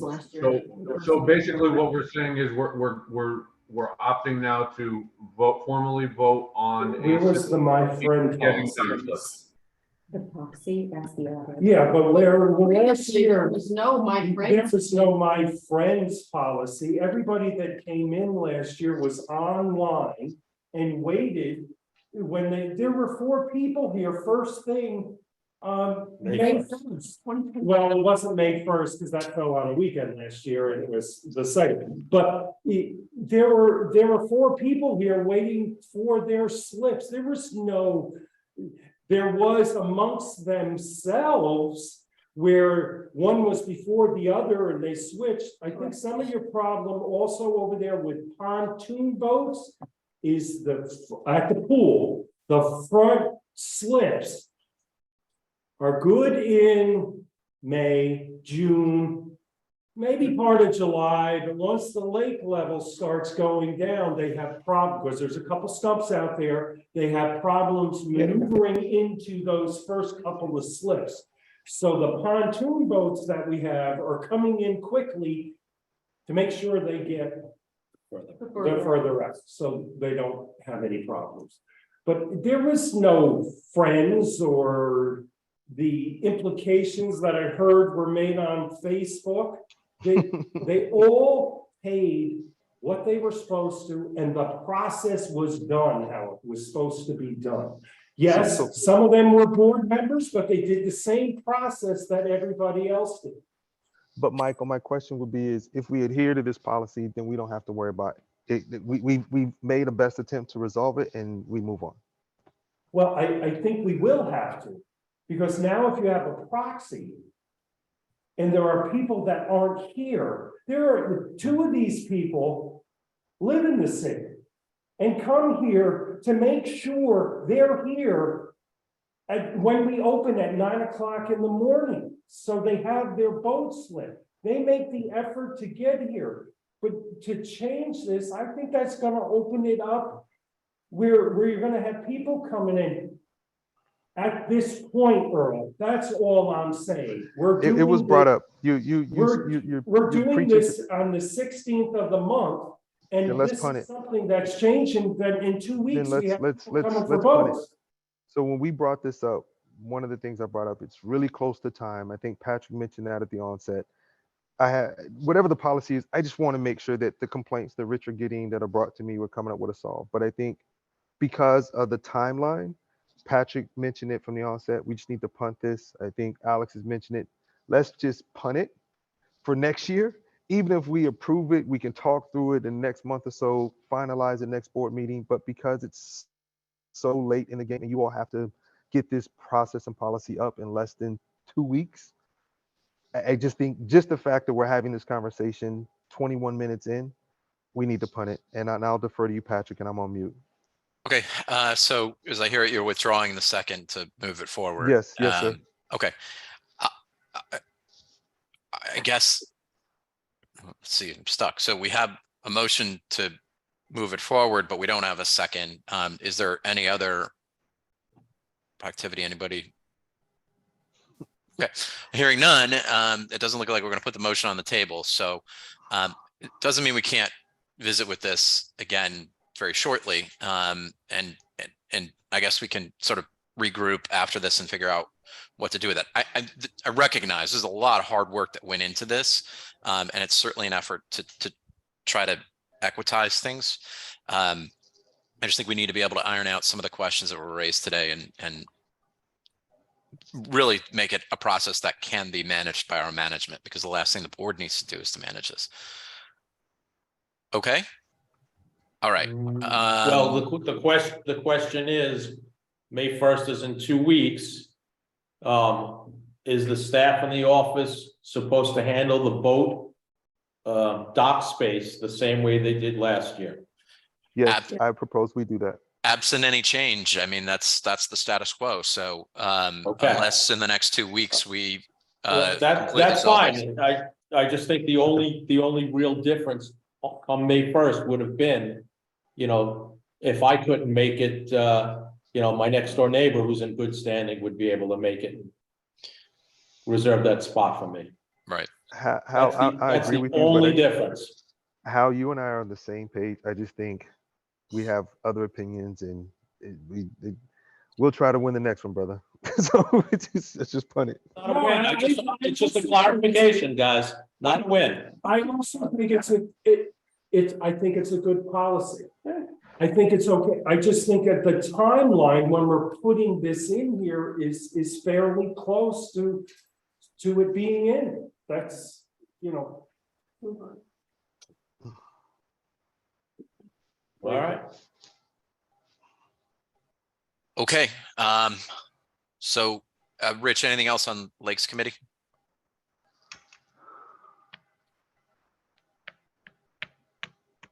There. No, I have nothing. Great, thanks. I do, Patrick, I'm sorry. And I think this is for the Lakes Committee. I just got a call on Friday. There has been koi fish spotted in the lake, a couple of schools of them. And they're, you know, so I think that is an issue we ought to address. And I don't know how to address that issue, but there were koi, and it wasn't just, they knew what the koi, it was Anthony who saw the koi fish. So it wasn't, there was a staff member that saw the koi fish, so. When you it's say definitely koi, are you talking about koi or goldfish? Koi is a goldfish. Koi is a goldfish. So somebody from the residents dumped the. Yeah, that's. They get there. Yeah, but that's, Right. and I think maybe because they're so close to carp, that they might have been. In the past, thought it was carp, our carp, but we haven't put carp in. That sterile carp that we put in the lake 20 years ago, that were only supposed to last 10 years should be well dead by now. I haven't seen carp in the last couple of years. Those carp are huge. I saw them last year.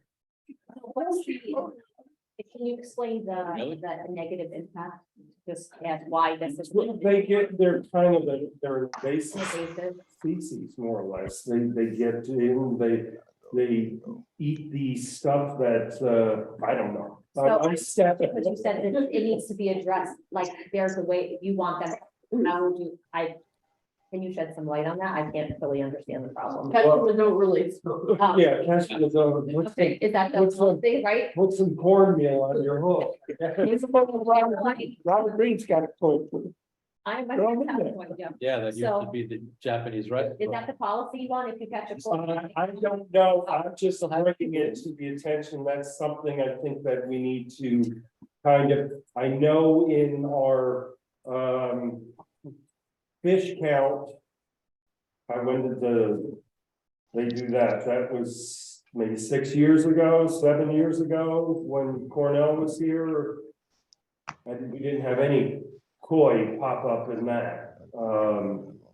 There was carp in that, but not koi. So it's something we ought to look at, Rich. Rich, okay? We don't have a budget for it. Rich. Well, maybe there's money in their contingency, because if you guys are concerned about your lake and you have some kind of invasive species in there. Koi or goldfish or carp, okay, the reason we had them originally was because they were sterile, okay? Koi and goldfish are not sterile. And they are cold water fish. If our neighbors release their pets when they leave or go back to the city or whatever they may be doing, we have absolutely no way to control that. And people have to be alerted. The office must send out a notification immediately to the community, and that's up to the board, warning them that this is a pollution factor. It's an invasive species. And the only way you're going to get them is to try to catch them with a net, because it's going to be impossible to get one fish at a time, hook and tomato on the end of the line. Little cherry. Well, they were hanging out over by Alex Ray, so once Lake Committee gets over there, they can put their net out and catch it. Maybe some of my committee members who are up there want to take a look this week. Well, last year when I was there were plenty of carp back there, and I noticed that in the lake, there were a couple of pickerel caught. And usually you don't find pickerel in the big lake, you find them in the smaller lakes. Now, if, All right. if Oh, sorry. if pickerel was introduced to the big lake, if pickerel was introduced to the big lake, then the pickerel, being as vivacious as they are, I mean, you know, they're gonna eat those, they're gonna eat them. All right, guys, Pickerel eat anything. I want to move our discussion along. I think this can be taken offline and back to the Lakes Committee. And you guys can work with Michael on this. Earl, I know you've got to run, so I'm going to skip. Well, I can report there was no bylaws committee yet this meeting yet this month. We're due to meet this coming Tuesday. Earl, if you have a couple seconds to give us a quick oversight committee update. We did socialize internally within the oversight committee the updated policy around renting the management office. There was a couple of concerns that surfaced from one of the members and Alana. We were going to meet with Mike in the management office, and then Mike had to take care of some family things. So I'm going to put that back on the calendar. From the last meeting to this meeting, literally it's been 3 weeks back and forth working with Rich and his team to try to close out this boat policy. And then I've requested formally. So Patrick, my ask is that yourself and the rest of the board, we need to put as expeditiously as possible a working session, call it what you want to call it, whether it's a working session, an executive session, to really flush out the nuances of the boat storage, because it has a lot of tentacles. That's my only request, that we look at 45 minutes within the next 2 weeks, because we owe it to several other committees, to include House, on coming up with at least short-term solution. And then there's a couple of challenging call outs that we spoke about internally as a board that we need to kind of take a pulse on. Other than that, I owe Alana a follow-up with the management office to try to address a couple of the concerns based off of the changes in the rental policy. And other than that, there are no new open issues. Alana, did I miss anything? All set. Yeah, thanks, Earl. And you did ask me before to also arrange that workshop, and I didn't get it done. So apologies for that, but I promise you we'll get that done in the next couple of weeks, and might make sense to piggyback that if folks have the time to just do it back to back with the water company stuff. Yep, perfect. All right, thank you all. I hate to be rude. I have to jump on a flight. Take you all. Take care. Safe travels. Thank you, Earl. How long range planning? I think the last work session we had, the committee work session, I had asked committee members, committee chairs to get some questions to me so we could start putting together a survey. I have not received anything yet. I'd like to meet with the long-term planning committee once I have some basis to start that survey. Okay. So please, I'll ask again, get me your interests. You know, obviously I know the Lake Committee, we've got a big interest in the dock space. So anybody else? I will, for bylaws, I will find out this week at our meeting what questions we may have. I wouldn't expect a lot of them, but maybe there'll be some. But other committee chairs, please heed that call. Thank you, guys. Thanks, Hal. Chris, events and welcoming. Yeah, I don't have too much to report. I've been traveling. I'll call meetings for both those committees sometime in the next 2 weeks, and we'll get that announced. And then the only other piece of business is that the blockers are going to host a donut drop-in next weekend. So members can look for an announcement with details about that. Great. Thank you. Is Joel with us for the finance committee? No, he's not at the meeting. Okay, that's fine. Mike Gutnick or anybody from the LCA, you want to give us a quick update? And I will also mention, well, no, I'll let you speak and then I'm sure you're going to talk about it. I want to report on 2 topics. One is the town of Thompson is undergoing a comprehensive plan update. The town of Thompson is currently updating the comprehensive plan. The comprehensive master plan is a document that provides direction in making land use, development, and planning decisions. We want everybody in the community, if possible, to go online. You go to www.thompsontogether.com and complete their survey. We also would appreciate if in completing the survey, you indicate that you're not interested in warehouses or industrial facilities in our town. That was the first item. The second item is an update with respect to the sewer district. the bottom line here is both the town of Thompson and Avon Park developers have challenged our petitions before the New York State Supreme Court. We have intervened in this action and now awaiting the next court date on May 1st, 2023. The importance of this issue is that the town of Thompson wants to extend the sewer district to include Avon Park and possibly a high density housing project in the back of it. The sewer district does not have significant excess capacity to meet the needs of our community and future demands of Avon and possible adjacent high density housing project. The sewer district was created to handle residential and light commercial usage, not industrial usage, which may emanate from the Avon. The future cost of maintaining the sewer district for residential property owners may increase due to the proposed extension because the town of Thompson's unwillingness to adequately address our concerns. The LCA circulated a petition to have the extension voted on by referendum. Many of you have signed our petition. So at the end of the day, we should have more to report after the May 1st meeting, but the LCA is totally opposed to the extension of the sewer district to include Avon Park. That's my report, sir. Thanks, Mike. Can I add a little bit to that from the Lake Communities Alliance? Marcy. Yeah, sure. Marcy, while you come up, I just want to point out, I put in the chat for those who are on the Zoom, but I'll read it out for the YouTube video. The address for that, the 2023 comprehensive plan of the town of Thompson for their resident survey is thompsontogether.com/online-survey. Marcy? Yeah, thank you. And I did post it on the community Facebook page, and I will repost it. I'm technologically challenged, but I managed to get a live link on there, and I'm going to try it again. So if you just look for it, you click on it, and it takes you right to that.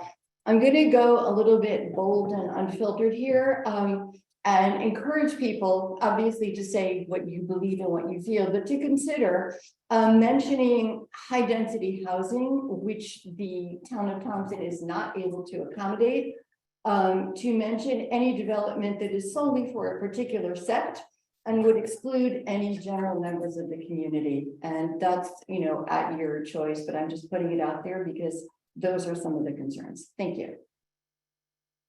Okay. Questions from the board members? All right, hearing none. Our next meeting, our next regular board meeting will be May 21st, 2023. And with that, I want to recognize any other community members, either online or in the room, who have questions or points you want to make for the board, because then we'll be ready. Okay, just one second. And then after that will be, I just want to remind the board members, we do have an executive session, 2 legal updates. It'll be really quick, I promise. With that, I will recognize whoever's in the room. I'm sorry, I didn't hear.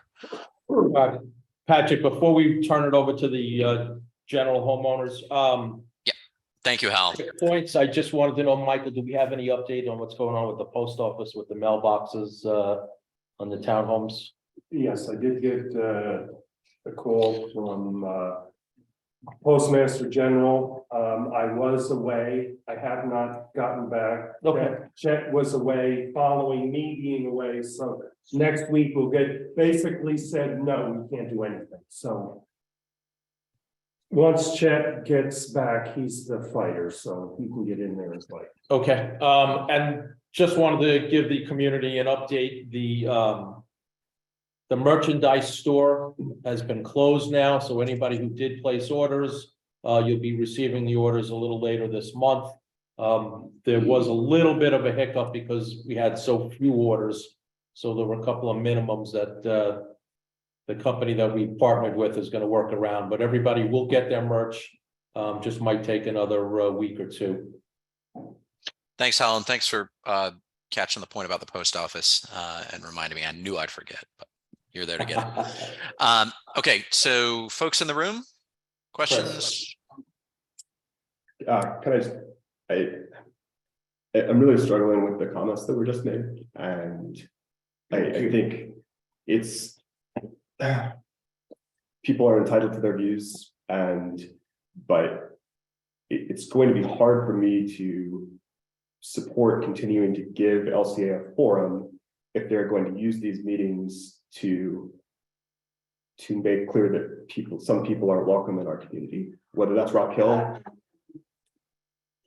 So I I'm struggling that we're creating a forum where that kind of rhetoric can come out, and veiled though it might be. And I think, I want it on the record that I'm really uncomfortable with us allowing that kind of advocacy to go on in the context of a homeowners meeting. And Chris, That is me alone. I'm glad you said it, but I'm fully behind what you just said. Agreed, I'd like to mirror. That, that was not an LCA statement, so please don't anybody misunderstand that.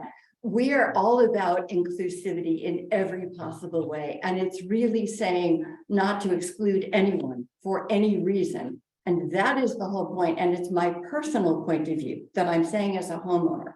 I am not speaking on behalf of the LCA. We've never made that as a committee.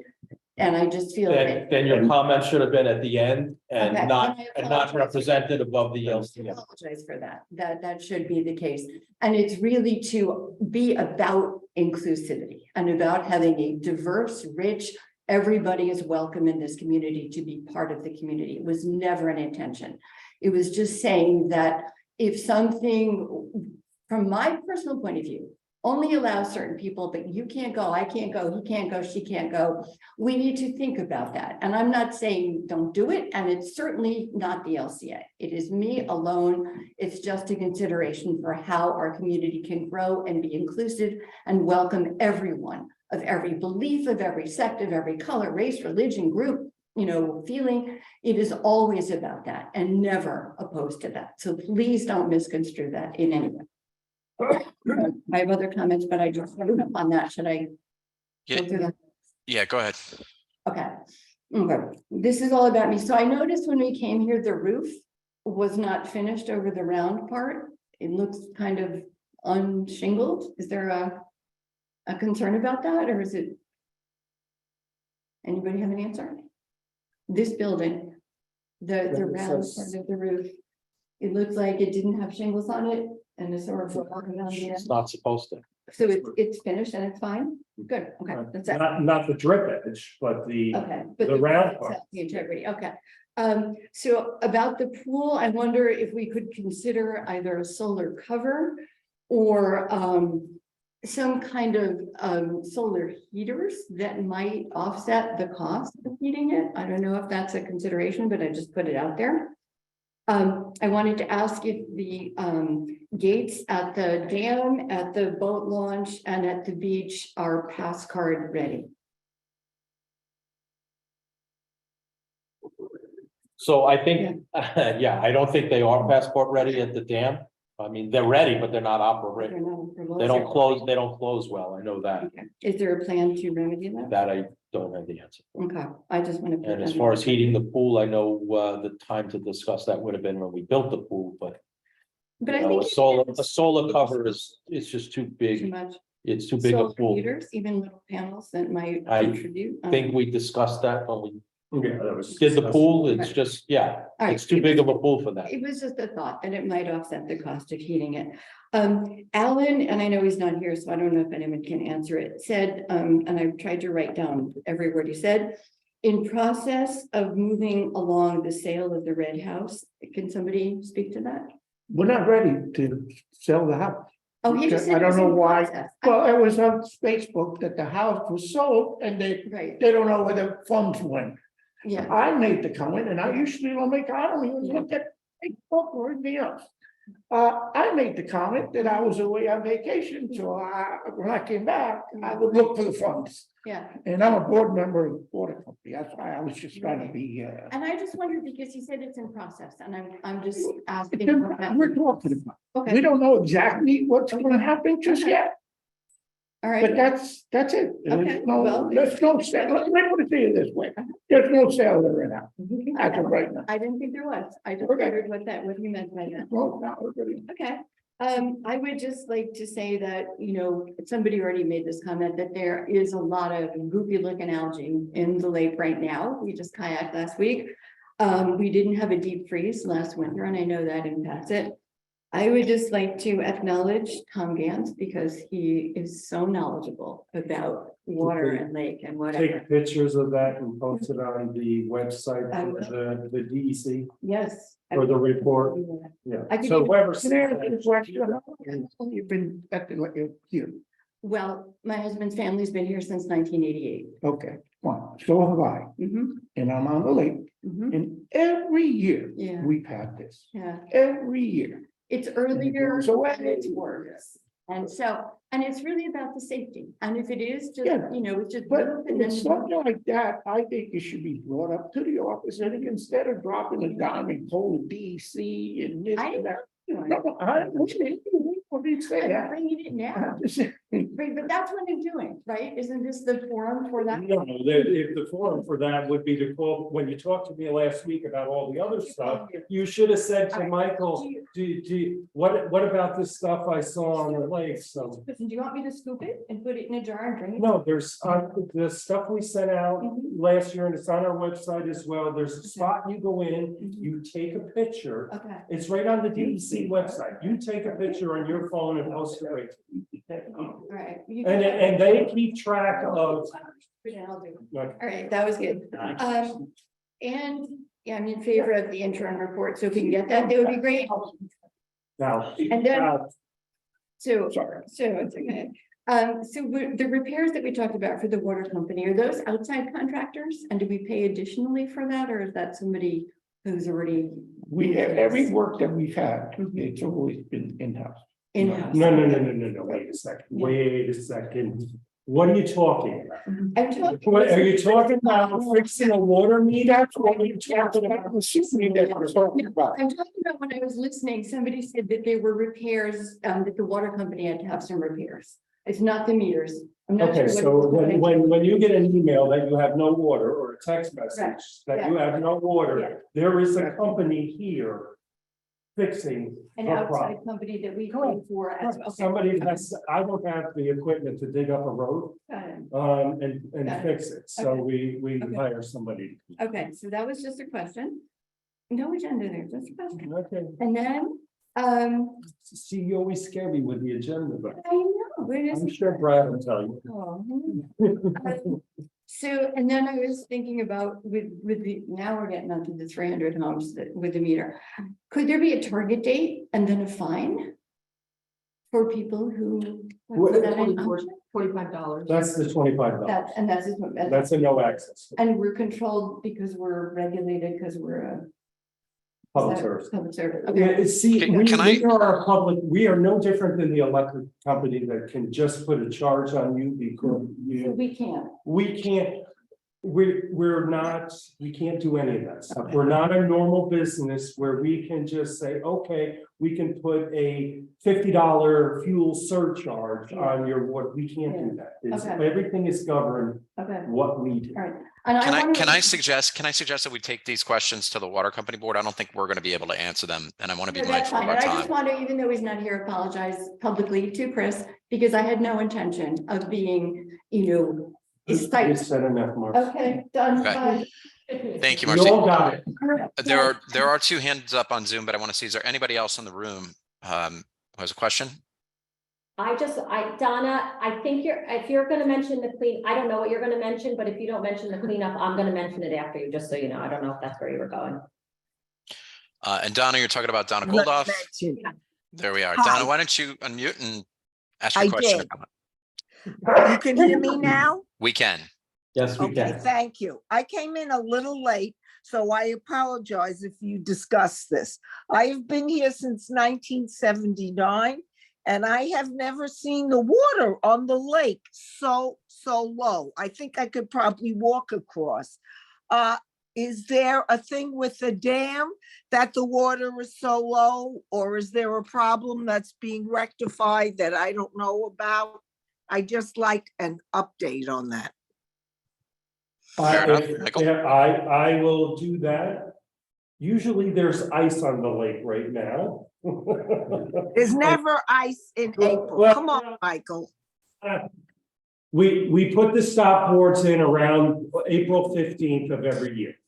So the stopped out boards were just put back in the lake, the water level will come back to normal. It usually takes 2 weeks, maybe 3 weeks, couple of nice rainstorms, Right. but it'll be back to normal very shortly. And That remember, was Donna, on our winter level. we had very little snowfall, Donna, so the lake really didn't fill up much. Okay, I understand that. I'm proposing that, we all know about climate change. So perhaps April 15th is a little late. Maybe we should think about April 1st, to rectify the low level going forward. Maybe we should think about just leaving it at the high level all the time and let all the people worry about their own bulkheads and fix it on their own. About their own what? I'm sorry, I didn't hear what you said. It's dropped because of people's dot around their homes and what they have around their homes. Well, It's not- you have to take your dock out in the winter. Okay, Donna. We'll look into taking care of it earlier. Okay, great. And yes, thank you, Alana. I did notice in the post office that there is a Rock Hill community cleanup. And I wanted to know when we were planning our own. Thanks, Alana. I'll defer to Chris and the events committee. Maybe that's where this belongs. I was just gonna say, just to speak to this really quickly, aesthetics committee used to house us, so we don't have, and we did it the last three, we did it 2 falls and a spring, and we used to get like 35 members of the community, so it's become a larger event. Donna is on the events committee, so because oversight hasn't really been doing that many aesthetics things, I'll talk to Chris offline, and Donna has already volunteered to spearhead it. I don't think it would butt up to the one that's happening in Rock Hill this year for time purposes, but I'll talk to Chris about it, and if he doesn't want to do it, I'll be happy to oversee Thanks, it. Alana. And No maybe problem. now that we own the golf course, part of the cleanup should include, going along the golf course as well. That's what I wanted to get. All right, You know, thank you, that- Donna. That's actually a great point, Donna, because I heard somebody walking, I hiked in the golf course a few times over the winter too. There are tires, there's a washing machine out there. That's not part of our, that's not part of a litter pluck. We've got to get, vehicles out there and get that stuff removed. There's honey holes around the community of people. That's what they found out during the cleanups. It's on the golf I course. remember those, that being dumped in the back roads. Where? Yeah. But Some not people the would come golf back from the course. cleanup and they would say, I don't know where I was, because they were, and they would say, but there's a big pile of what, so if that happens again, we'll Thank you. know. All right, thanks, We'll get everybody. it taken care of. And thank you, Donna. Appreciate it. Going to recognize Richard Rubin. Thank you. Can you hear me? We can. Okay. I've been living in Emerald Green for, 22 years. And over that entire period of time, we've never had a problem with religion or race or color. And now I hear people in the audience talk about exclusivity and inclusivity. How did that become an issue with Emerald Green?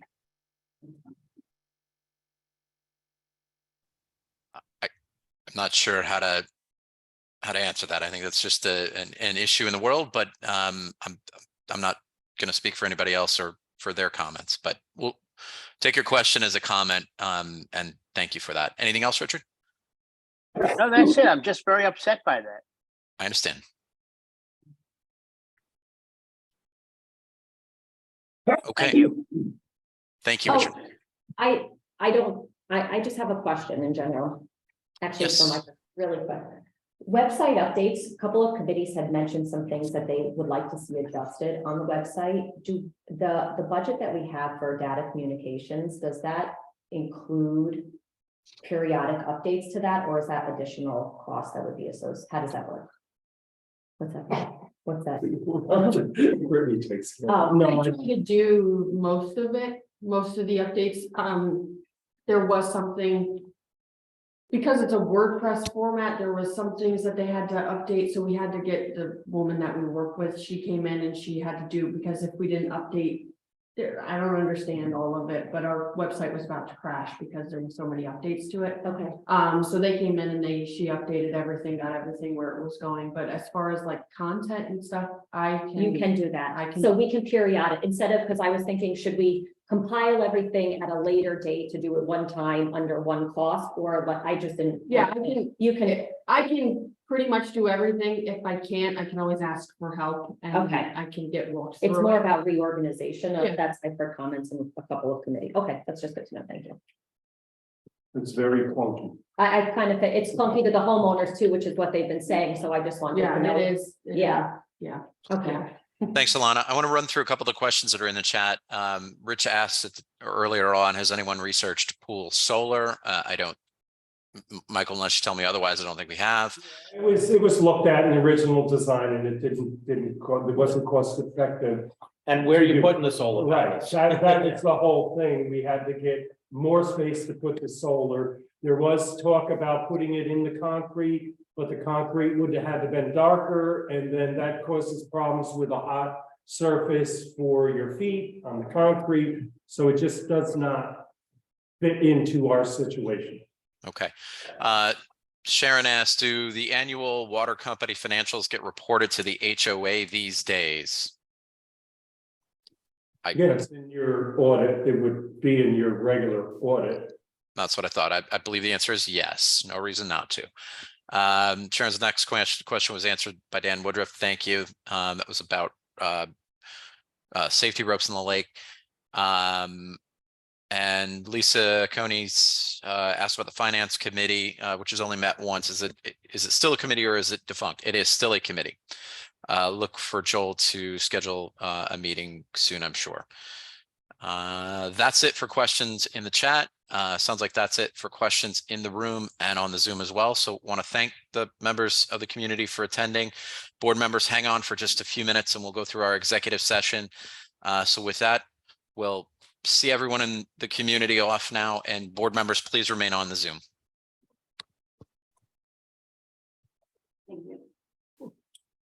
Grab your wife's jacket. In the chair. I have. So long, guys. Have a